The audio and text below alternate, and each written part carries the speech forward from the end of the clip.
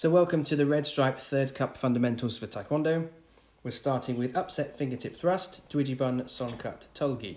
The reaction hand comes to the chest or shoulder of the opposite side, just like the inward strike we know from one yo. Just as you start the thrust, it's almost like you're an archer with a bow and arrow. You're reaching back with your thrusting fingers, you're reaching forwards with your reaction hand, and the thrusting hand, it derives forwards in a straight line. It doesn't swing like a low strike, like you're popping a balloon in front of your abdomen. Next we have a back fist, side back strike, Dungjumuk Yop Dwi Tarigi. As you can see, it's going backwards, but to the side of the body. That's what side back means. Here I'm doing it in normal speed, so you can see the impact of the back fist strike striking behind. And the other arm just comes down to the side, a bit like a low block, but it is just reaction. There it is again, normal speed. But in fact, in the pattern, it's done in slow motion with control like this, hands and feet finishing together.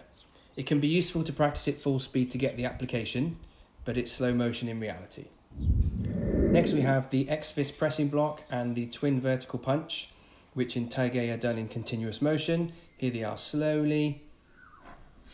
One, finish, but keep breathing. Two, and finish. Once again in normal motion, normal speed. Two knee springs. One breath, but exert on the movements themselves. Here's another movement that in the pattern Taige is actually done in slow motion. Sang Yop Palkap Tolgi, twin side elbow thrust. But here I'm doing it in full speed, so you can see the application of elbowing two opponents either side. In the pattern though, it's actually this way, hands and feet together, nice and controlled with a smooth breath control. And now on to outer forearm W-shaped block, which we do in stamping motion, Bakit Palmak Sanmaki. The stamping motion is used to propel the body mass in the direction of the block. The arms come up early.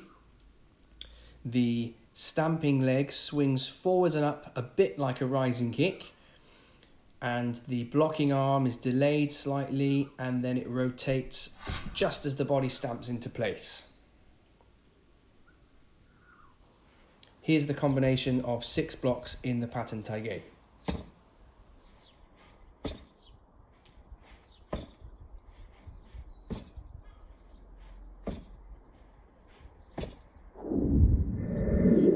Now we have our double forearm low pushing block, Du Palmok Najundi Miramaki.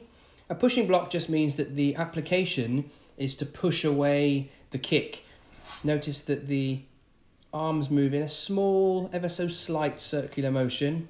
Watch here now. The hands go up and back and down and around and forwards. But the breath control is not slow, the movement is not slow. The breath is, however, a little bit longer than a normal punch, for example.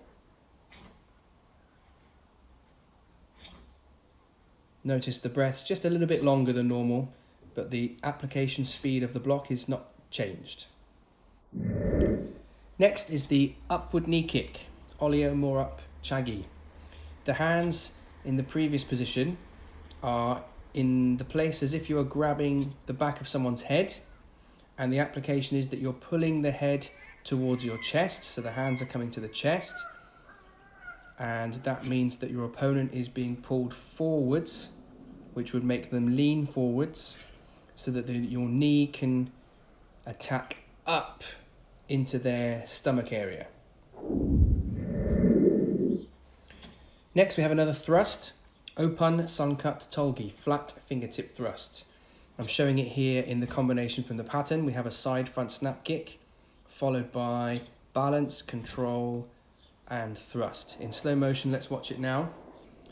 So the kick is snappy, then we control the balance, use the reaction hand, and land in the stance, ready with the thrusting fingers going directly forwards.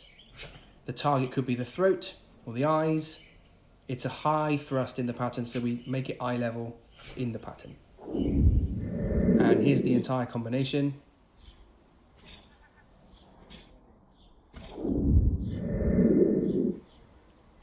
We have another back fist side back strike, so it's the same as the slow ones that we do at the beginning of the pattern, but later in the pattern we're in L stance, making a low block to the front and a side back strike behind us. Here's a few going backwards.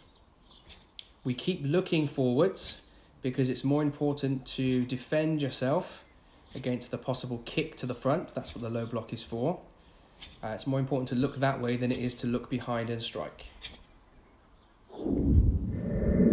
Now we have another X-fist pressing block, Kyokcha Jumok Nulamaki. We know this block already, but in Taige we do it with a jump, and unlike Yulgok where we jump for distance, in this pattern we jump for height, like we're jumping over something. Perhaps someone's trying to attack our legs or sweep our feet.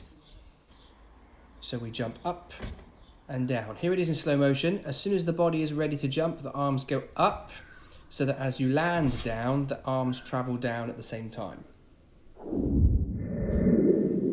Now we have a knife and Guardi block, but it's low. Najunde Sonkol Devimaki, L stance. So we learnt this block middle when we were yellow belts. Now we're doing it low. And if you watch it in slow motion, notice how the arms swing around the body. They come back and are swung around. It's very important that you have that semicircular swing for the blocking tool to be effective.